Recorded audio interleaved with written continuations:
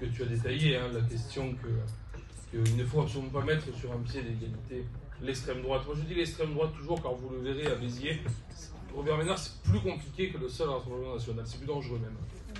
Il ne faut pas les mettre sur le même pied que la République En Marche, ou que tout autre parti d'ailleurs, qui s'inscrivent dans le cadre des républicains, quels que soient les débats, les contradictions, les oppositions, y compris de fond, que nous puissions avoir avec eux. Mais finalement, quand je partage ce que tu as dit, j'ai pas besoin d'y revenir. Tant plus, c'est pas en tant que membre de la direction nationale du Parti communiste français que je suis venu, c'est vraiment en tant qu'élu d'opposition à Béziers, qui était, et crois-moi, j'aurais préféré qu'on garde le titre, hein, jusqu'à l'élection de Louis Alliot, la plus grande ville gérée par l'extrême droite. Ou du moins, j'aurais préféré qu'on le perde d'une autre manière que par l'élection d'un maire dans une ville encore plus grande et plus importante. Sur Béziers,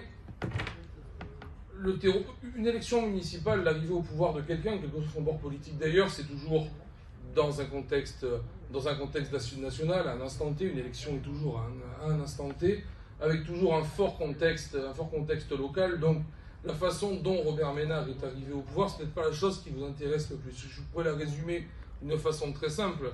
Robert Ménard, c'est l'aboutissement finalement logique. Je ne sais plus qui parlait tout à l'heure du vieil adage qu'au bout d'un moment on préfère l'original à la copie. C'est pleinement ça. Il arrive après 19 ans de gestion d'une droite très dure.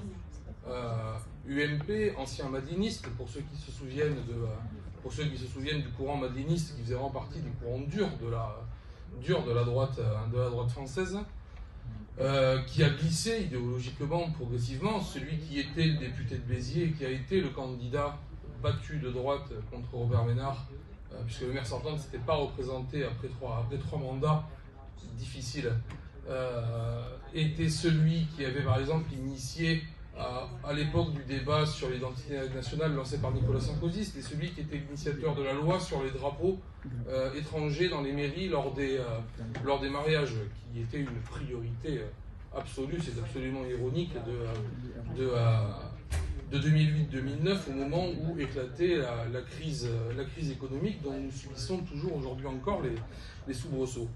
Robert Ménard, finalement, il arrive à ce moment-là, une droite usée, une ville rincée de 3 années de gestion sur lesquelles il y aurait beaucoup de choses à dire, et j'ai absolument pas le temps de le dire ici, qui lance sa campagne très tôt. Comme quoi, quand on dit qu'il ne faut pas lancer les campagnes trop tôt en politique, c'est pas forcément vrai. Qu'il la lance à l'été 2012, donc 2 ans et demi avant l'échéance électorale, par une note sur son blog qui a disparu aujourd'hui, parce que Robert Ménard c'est aussi ça. Comme il change beaucoup d'avis, il efface beaucoup ce qui a pu publier par le passé, où il disait, après être venu en vacances, Robert Ménard a vécu à Béziers. Il n'a pas passé beaucoup de temps de sa vie à Béziers, mais il y a vécu, il y a milité notamment dans les radios libres, où il disait: je suis revenu dans ma ville et j'ai retrouvé un centre-ville. Je vais le citer précisément, les propos sont de lui, pas de moi, avec des immeubles occupés par des pauvres maghrébins et des gitans, où les bourgeois ont fui, où les Biterrois ne reconnaissent plus leur ville. Quand on dit le fond raciste qu'il y a derrière l'extrême droite, Robert Ménard était soutenu par le Rassemblement national aux élections municipales de 2014, il n'était pas en 2020, mais comme il n'avait présenté personne, ça vaut soutien. Le ton est donné dès son entrée en campagne, et ce ton dictera toute la campagne victorieuse qu'il mènera. Parce qu'avant d'être le vainqueur de l'élection, désolé pour les traducteurs, je parle vite, avant d'être le vainqueur de l'élection, il a été tout au long un peu le même phénomène qu'on a pu avoir avec Zemmour sur l'élection présidentielle. Il a été vraiment le métronome, y compris le métronome médiatique de la campagne. C'est lui qui a donné le ton, c'est lui qui a rythmé le tempo. Et son racisme, tel que l'illustre cette phrase, elle est indissociable à la fois d'un profond mépris de classe qu'il a, et de la logique de perpétuer le clivage dans lequel il met la politique. Nous, eux, les Biterrois qui ne se reconnaissent pas dans leur ville, contre ceux du coup qui y vivent, mais qui, si on comprend bien la logique, ne sont pas des ne sont plus des Biterrois. Ça rapproche fortement la logique de Ménard de celle du FNRN, qui le soutenait à l'époque, hein, c'est-à-dire une lecture ethnique et culturelle d'une situation donnée, aucune prise en compte de la pauvreté. Il a d'ailleurs commencé son mandat en divisant par deux les moyens du CCAS, que son prédécesseur avait déjà divisé par deux d'ailleurs, juste avant lui. Aucune prise en compte du niveau d'inégalité des richesses dans la ville et dans l'agglo, qui sont pourtant absolument phénoménaux.